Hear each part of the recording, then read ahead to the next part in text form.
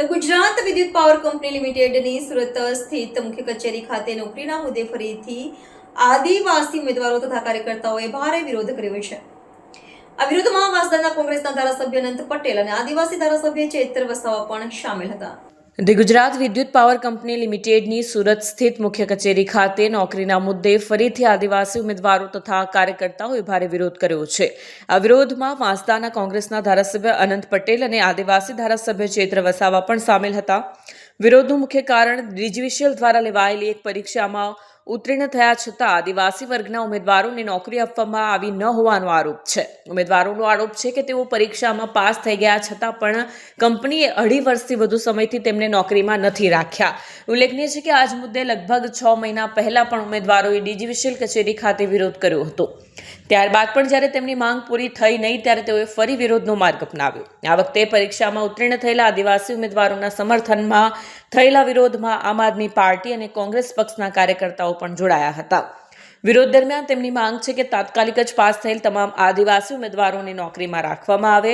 આ મુદ્દો હવે રાજકીય રંગ લેતો જણાય છે, જેમાં બે મુખ્ય પક્ષોના નેતાઓ અને કાર્યકર્તાઓ સામેલ થયા છે। તેમણે ચેતવણી આપી છે કે જો તેમની માંગ પૂરી ન થાય તો તેઓ આંદોલનને વધુ વ્યાપક બનાવશે। ડીજીવીસીએલ દ્વારા જે જાન્યુઆરીમાં એક્ઝામ લેવાઈ હતી, વિદ્યુત સહાયકની એક્ઝામ લીધા પછી યુવાનોને જે ભરતી કરવાની હતી એ ભરતી નહીં કરતા જુલાઈ મહિનામાં મેં હલ્લાબોલ કચેરીએ કર્યું હતું।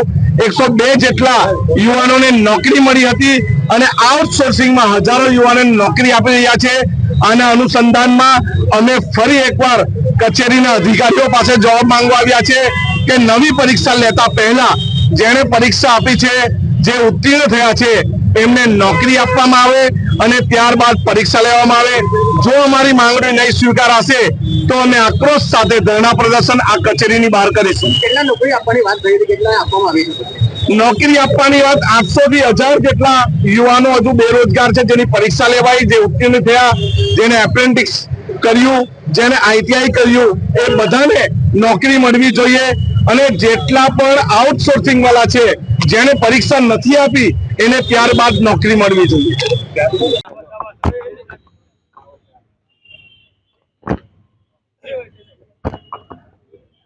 દક્ષિણ ગુજરાત વીજ કંપની લિમિટેડ દ્વારા ભરૂચ, નર્મદા, સુરત અને વલસાડ 3 વિભાગો થઈને ઇલેક્ટ્રિકલ આસિસ્ટન્ટની ભરતી પાડી હતી। એમણે 22/12/2024ના રોજ પોલ ટેસ્ટ પણ અહીંયા લીધો હતો અને 19/1/2025ના રોજ લેખિત પરીક્ષાઓ પણ લીધી। ત્યારે એમણે એવું કીધું કે 1800 થી 2000ની વેકેન્સી છે ને અમે આસિસ્ટન્ટ ઇલેક્ટ્રિકલને ભરતી કરીએ છીએ। ત્યારે હજારો યુવાઓએ એમાં ભાગ લીધો, પરીક્ષા આપી, પાસ થયા।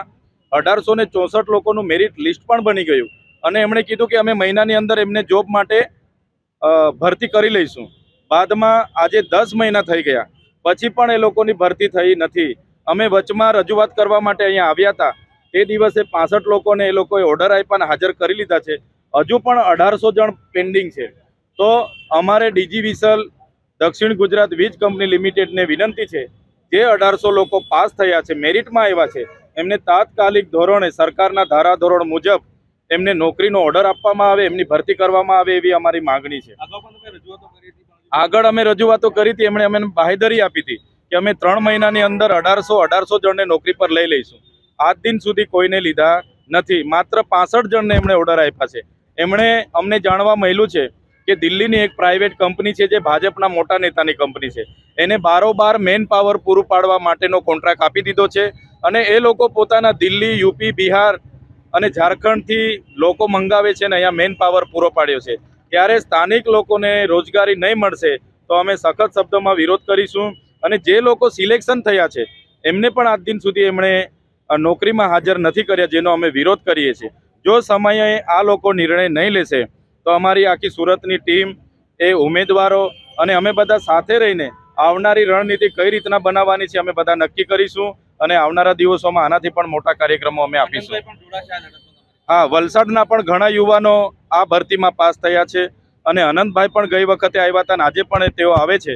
અમે બધા સાથે રહીને આવનારો નિર્ણય કરીશું, પણ એકવાર અમે આ લોકોને મળીએ છીએ, એ લોકો શું જવાબ આપે છે પછી આવનારા નિર્ણયો અમે કરીશું।